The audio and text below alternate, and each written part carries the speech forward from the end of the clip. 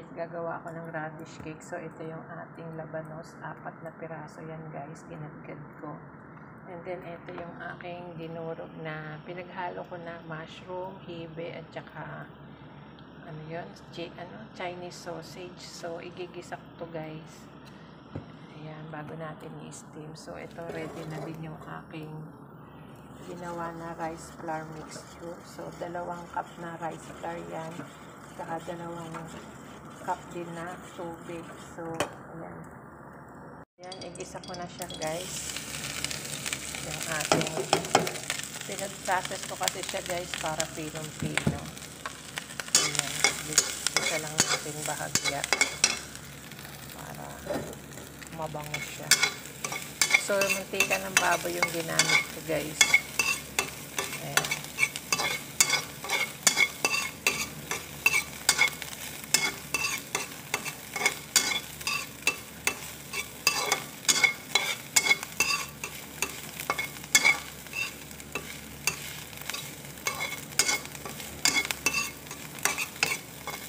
So, bali, ano to, hibe, mushroom, shiitake mushroom, tsaka Chinese sausage. Ayan, lagay natin yung ating labanos. Lagay natin yung labanos, guys.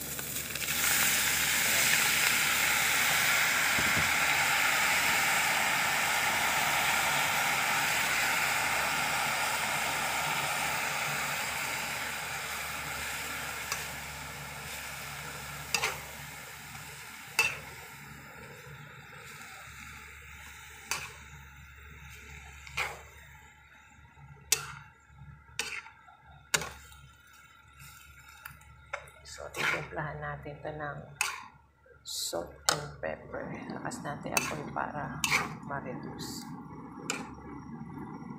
Hindi ko naalis yung tubig.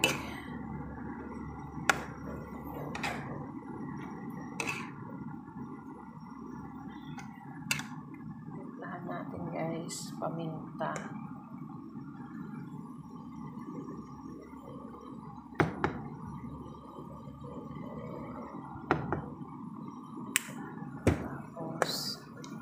Lagyan ko siya ng konting magic sarap guys.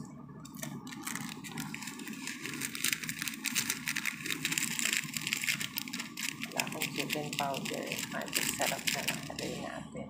Lagyan ko siyang magic sarap guys. Tapos konting asin.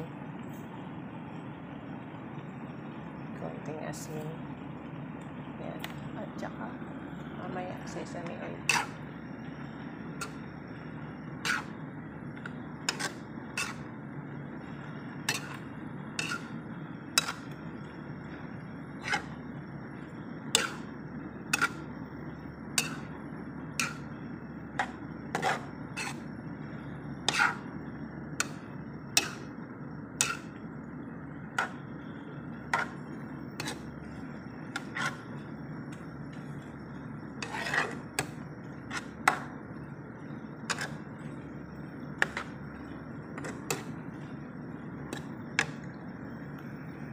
Lalagyan ko siya ng ano guys, ng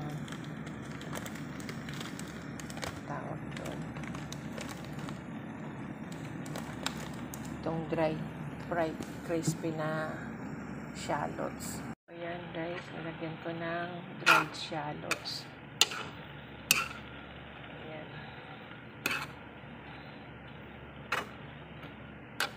And then ilagay na natin itong ating rice flour mixture.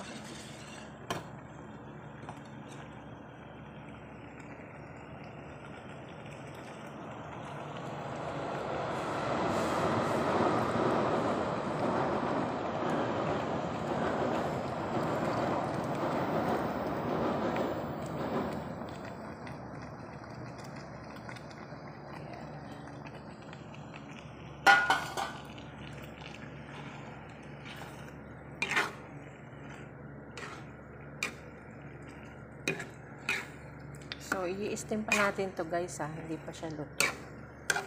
Inano lang natin. Ayan. Umano na siya. Nag-thicken na. Lagyan natin ng konting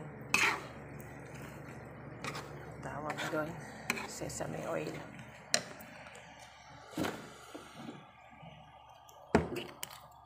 Lagay ko pa yan siya sa molder. Buhusan natin konting sesame oil. So, yan. So, okay na yan guys. Yan.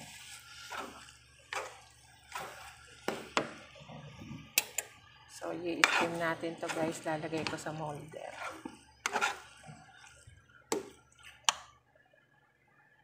Ilagay ko na siya sa molder.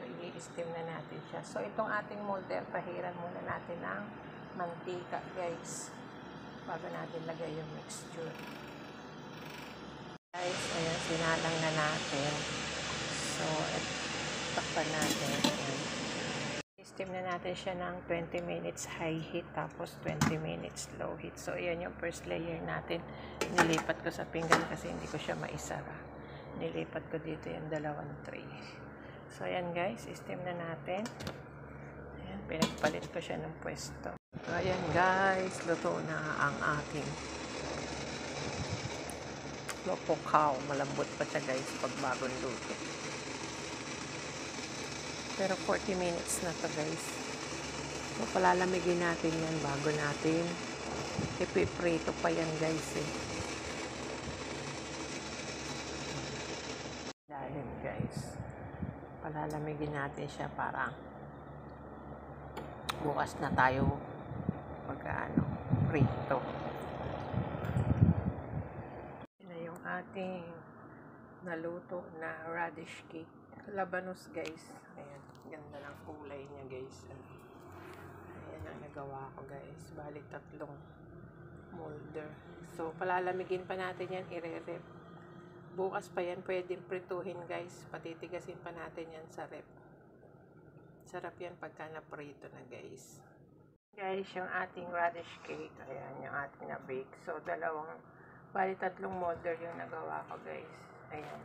Mainit pa. I-rep natin to guys. Bukas pa yan. Pwedeng lutuin. Luto na yan siya. Pero masarap yan pagka ipinrito guys. So ayan pa yung isa nasa pinggan. Bango niya guys kung naaamoy nyo.